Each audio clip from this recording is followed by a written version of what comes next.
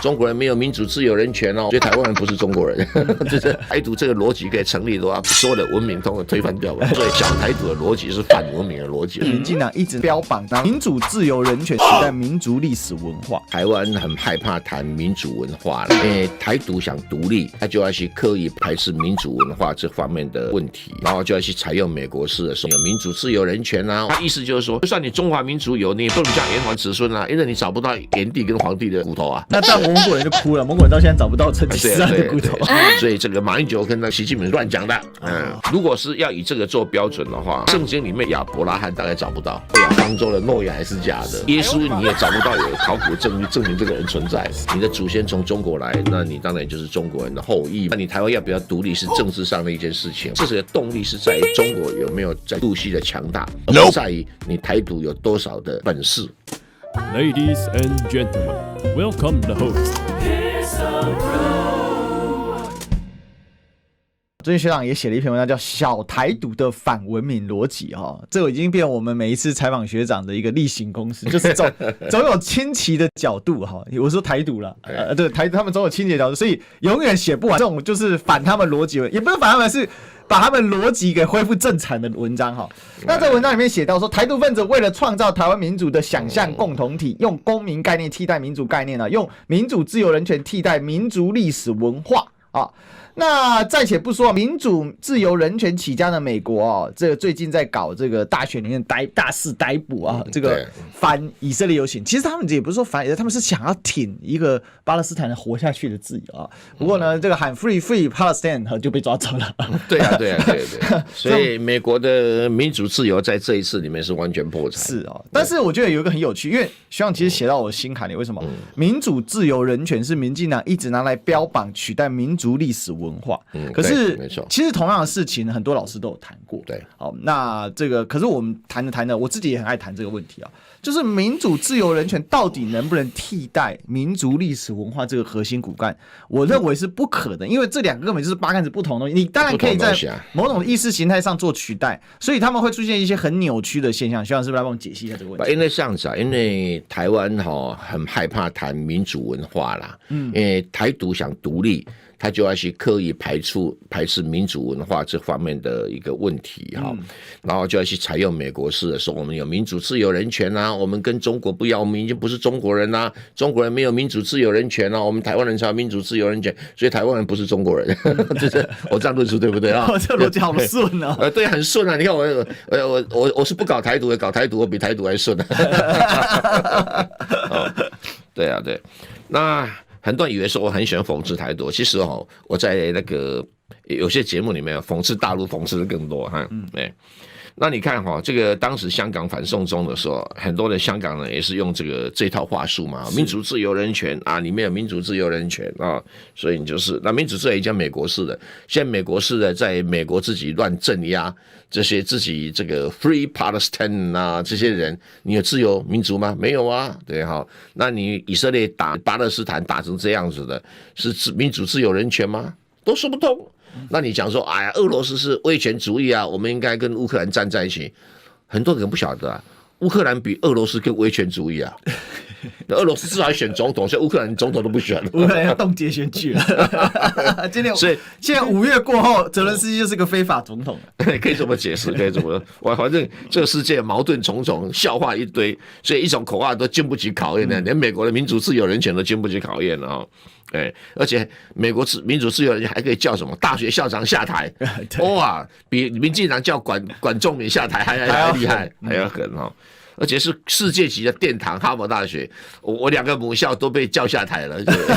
哥伦比亚大学校长、哈佛大学校长啊，我从来没看过。以前哥伦比亚大学校长跟哈佛大学校长是坐在那边美国政客都乖乖的，现在当然倒过来，原来统治美国的是犹太人、以色列人，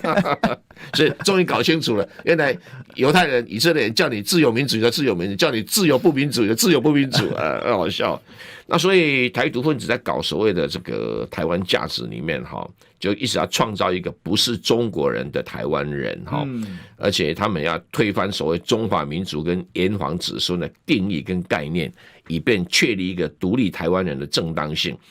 可是他们在论述这个东西啊，已经到了反文明的逻辑哈。我说明我分析结论给大家听哈。民进党的所以这个坦白讲，他走在一个真台独路线，他讲的就是那一套，我刚才讲那一套，台湾人不是中国人那一套。那国民党现在走在一个假台独路线哦，就拿了中华民国的这个招牌到处晃，对，那觉得好像中华民国是另外一个国家，不是中华人民共和国，不是中国，已经开始讲中华民国不是中国了哈。所以我说，不论本省人哈亲日反中搞台独哈，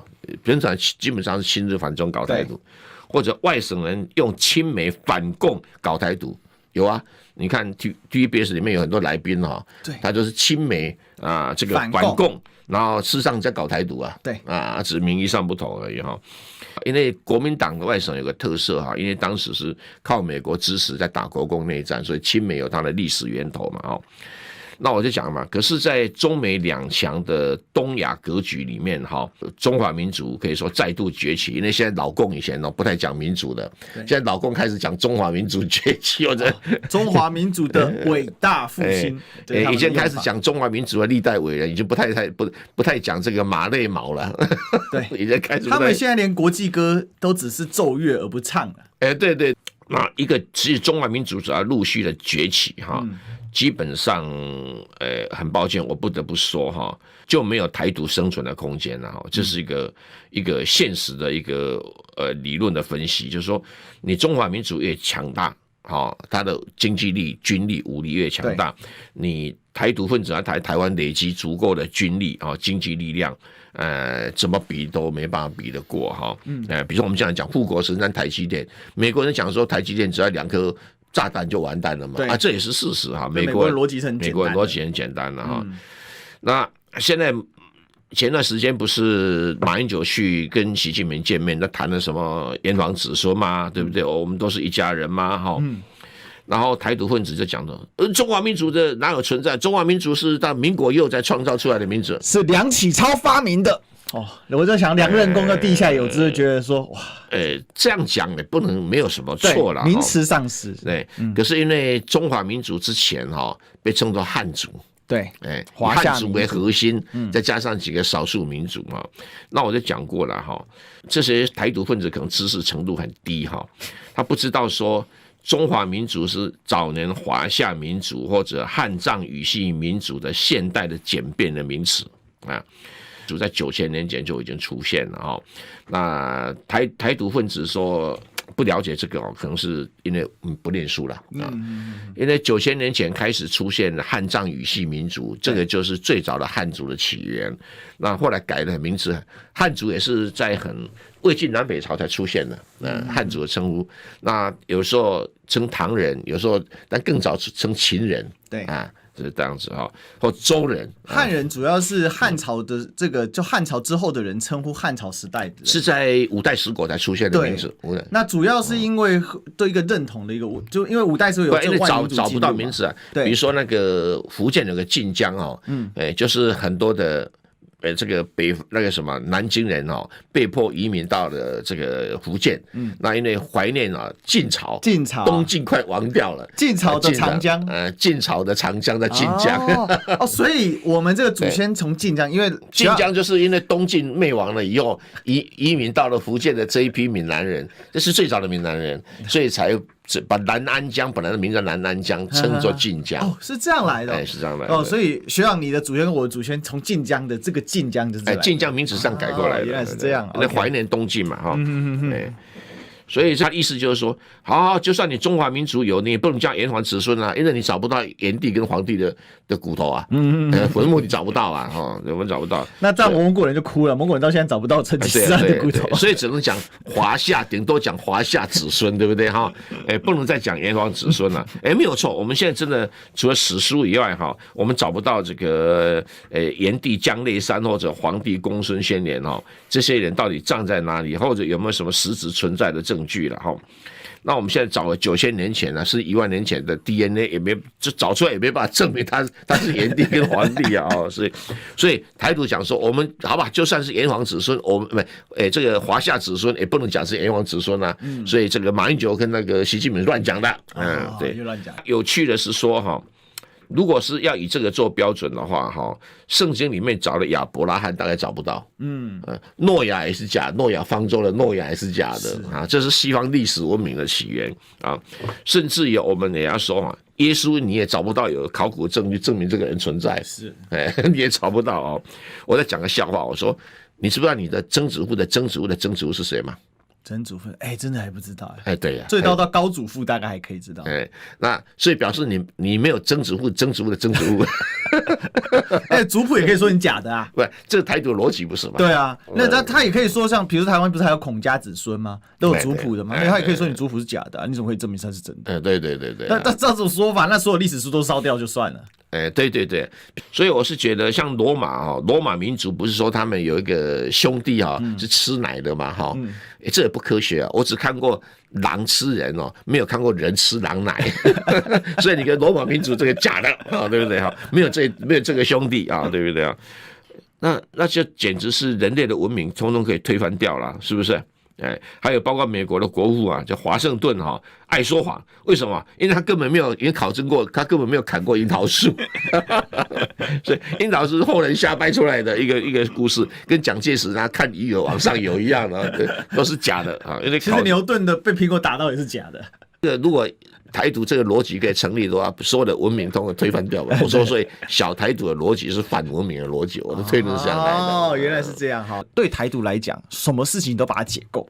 对，因为他是个矮子嘛，从历史逻辑来说，他是个矮子，而且这个矮子搞不好还穿的这个恨天高这个恨天高是真高的，还不是真实的高度。因为台湾的历史是一个移民的历史而且大部分台独分子他的家族来台湾历史都不久嘛，像我们这种来到刚好满400年的，真的是人口少数中的少数，真的。但是我感觉是台湾这几年深受这个解构的伤害，就是当你把意识形态为了要贯彻你的意识形态，你把历史给解构，其实教科书也解构。那因为像我自己公司，我们很多都是妹妹，他们都是新一代的上来的嘛。刚刚他们对历史真的是很片段，他们常那天他一个妹妹翻出他以前笔记，他写的好漂亮，而他说他都忘记了。